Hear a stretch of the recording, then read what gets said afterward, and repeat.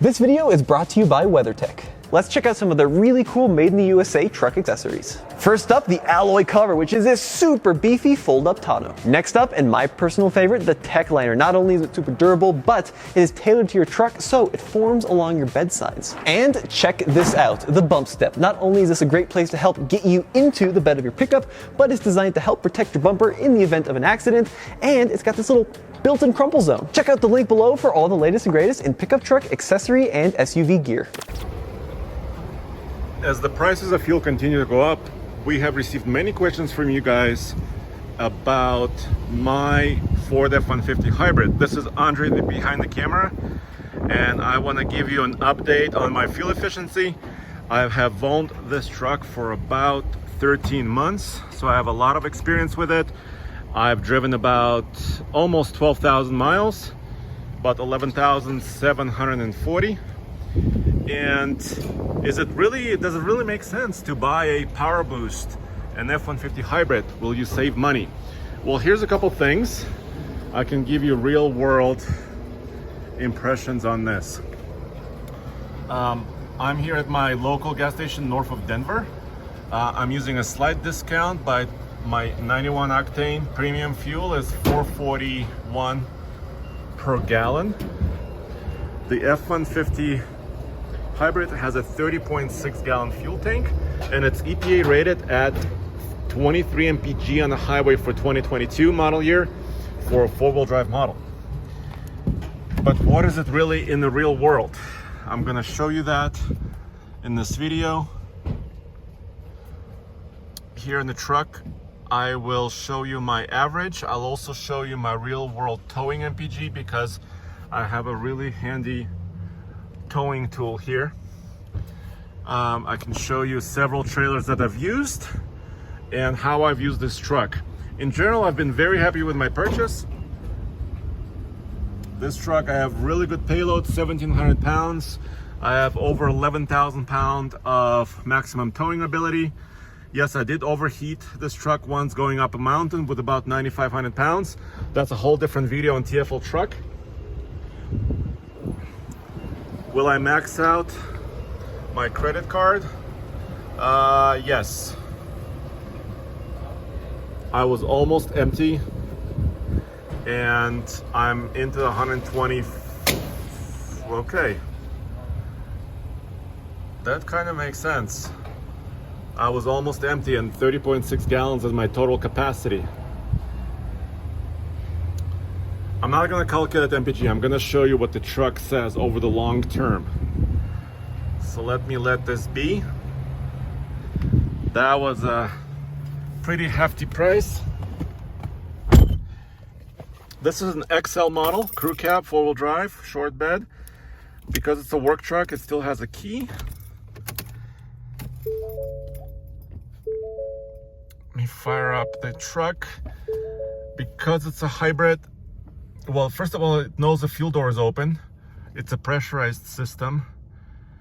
Maybe I shouldn't do this, but I can quickly show you the results. Over the last 4,700 miles, approximately, my average in real world is 21.3 MPG, sorry. 21.3. That is, well, it does not match the EPA or what Ford says. And in real world, here's my experience. On the highway, it's about 21.5, like this. I drive a lot of faster highway speeds. I'm talking about 70, 75 miles per hour is what I often drive. And driving those speeds, it's still a big truck. I still have towing mirrors.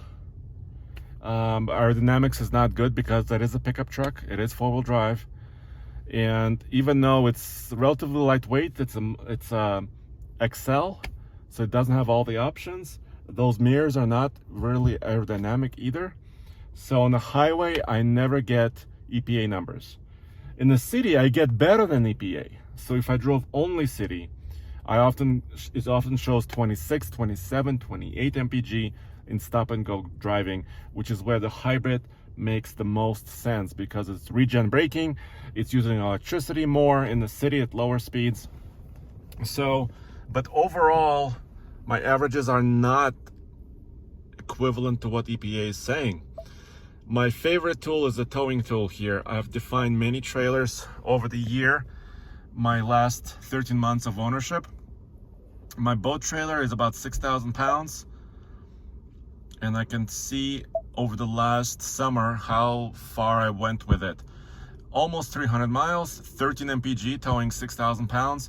And whenever we go to the lake, we're always fully loaded. Family, things in the bed, camping gear, always almost maxed out on payload. Then I have a default trailer. Let's see how much random stuff I've towed. About 111 miles, almost 12 MPG. And then I have TFL empty. This is our tandem trailer, Iron Bull, 17.6 MPG while towing empty, 3,000 pounds. And then loaded, 8,100 pounds fully, well, not fully loaded, but loaded trailer, 12.8 MPG, 162 miles. And the EcoBoost trailer is a camping trailer that David built, or my friend David, 12.3 around the city. So I want to say towing MPG has been excellent. Getting almost 13 MPG in a half-ton truck towing heavy trailers, I think it's really special. If you are in a V8 truck, you know, with similar power, let me turn this off. If you're in the V8 truck with similar power, and this has 430 horsepower and 570 pound-feet of torque. If you're in a comparable V8 truck towing, you would be getting 10 MPG or around that, maybe even less. And we've showed you that. And also EcoBoost engines from Ford even towing trailers sometimes can get 10 MPG or less. So I think for towing, the hybrid makes a lot of sense. For seated driving, it makes a lot of sense. Overall, it's not super great, 21.3 MPG, but it's still a very capable truck. And I would say exactly that. If you want the truck for a lot of city driving, get it. You don't have to always put premium in it. 87 octane is technically it's rated at.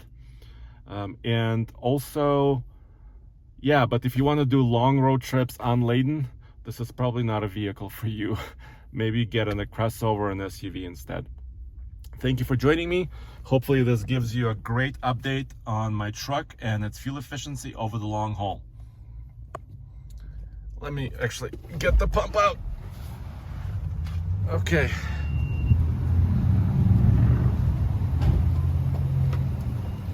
And it's a pressurized system, which is why